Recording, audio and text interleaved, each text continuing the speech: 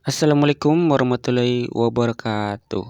Kemunculan Imam Mahdi adalah salah satu peristiwa besar yang akan terjadi menjelang hari kiamat. Dalam Islam, Imam Mahdi diyakini sebagai seorang pemimpin dari keturunan Nabi Muhammad SAW yang akan datang untuk menegakkan keadilan di muka bumi dan menyelamatkan umat muslim dari kezaliman. Rasulullah SAW telah memberikan banyak petunjuk mengenai tanda-tanda kemunculan Imam Mahdi dalam berbagai hadis yang sahih. Menurut berbagai hadis sahih, Imam Mahdi akan muncul dari Makkah, tepatnya di dekat Ka'bah, dan akan dibaiat oleh orang-orang beriman di antara Hajar Aswad dan makam Ibrahim.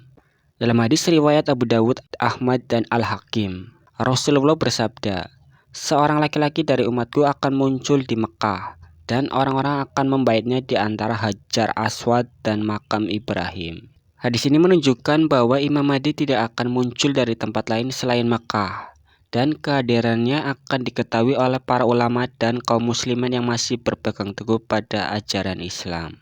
Sebelum masuk ke pembahasan yang lebih dalam, buat teman-teman jangan lupa dukung channel sederhana ini dengan cara like, subscribe channel ini agar channel ini dapat berkembang dengan baik. Bismillah, mari kita bahas.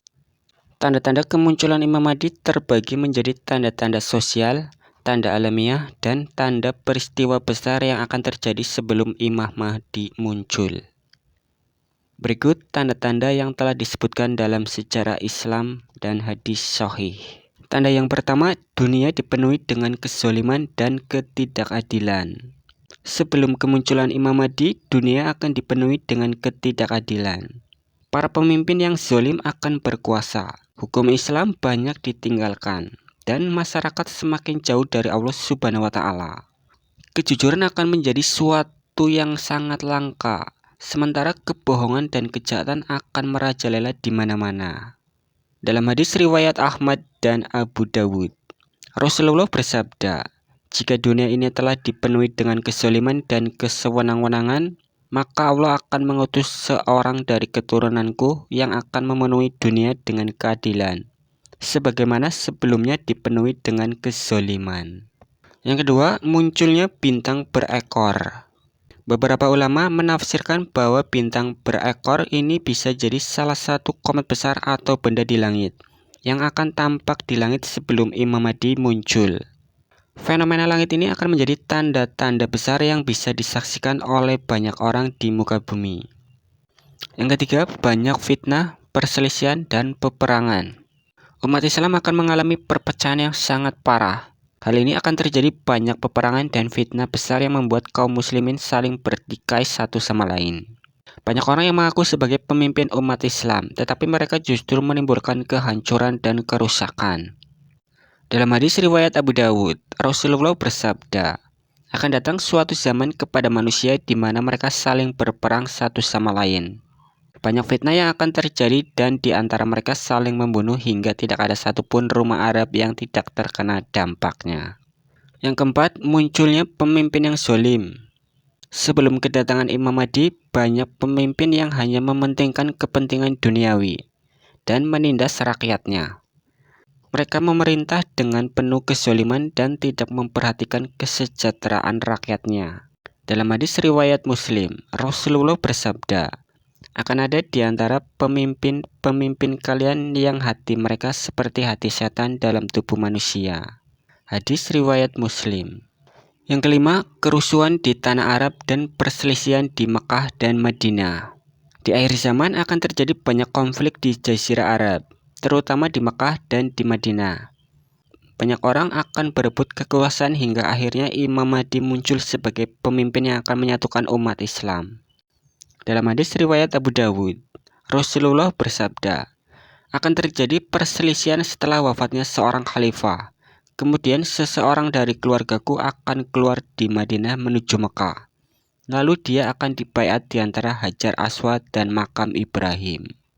Yang keenam, Imam Mahdi berasal dari keturunan Nabi Muhammad SAW. Imam Mahdi berasal dari keturunan Rasulullah SAW, tepatnya dari garis Ahlul Bait. Namanya akan mirip dengan Nabi, yaitu Muhammad bin Abdullah, dan beliau akan memiliki sifat yang adil dan bijaksana. Dalam hadis riwayat Abu Dawud dan Ibnu Majah, Rasulullah bersabda, Al-Mahdi berasal dari keturunanku, dari anak keturunan Fatimah. Yang ketujuh, Imam Mahdi dibaiat di depan Ka'bah. Ketika dunia dalam kondisi yang penuh dengan kezaliman, Imam Mahdi akan muncul di Mekah. Lalu orang-orang yang beriman akan mendatanginya dan memaksa untuk menerima baiat sebagai pemimpin umat Islam. Awalnya Imam Mahdi akan menolak, tetapi akhirnya beliau menerima amanah tersebut. Dalam hadis riwayat Ahmad, Abu Dawud, dan Hakim, Rasulullah bersabda, Imam Mahdi akan dibaiat di antara Hajar Aswad dan makam Ibrahim. Yang kedelapan, terjadi perang antara Imam Mahdi dan pasukan Dajjal. Setelah kemunculan Imam Mahdi akan menghadapi perang besar antara kebaikan dan kebatilan. Beliau akan memimpin umat Islam dalam pertempuran melawan pasukan Dajjal dan sekutunya.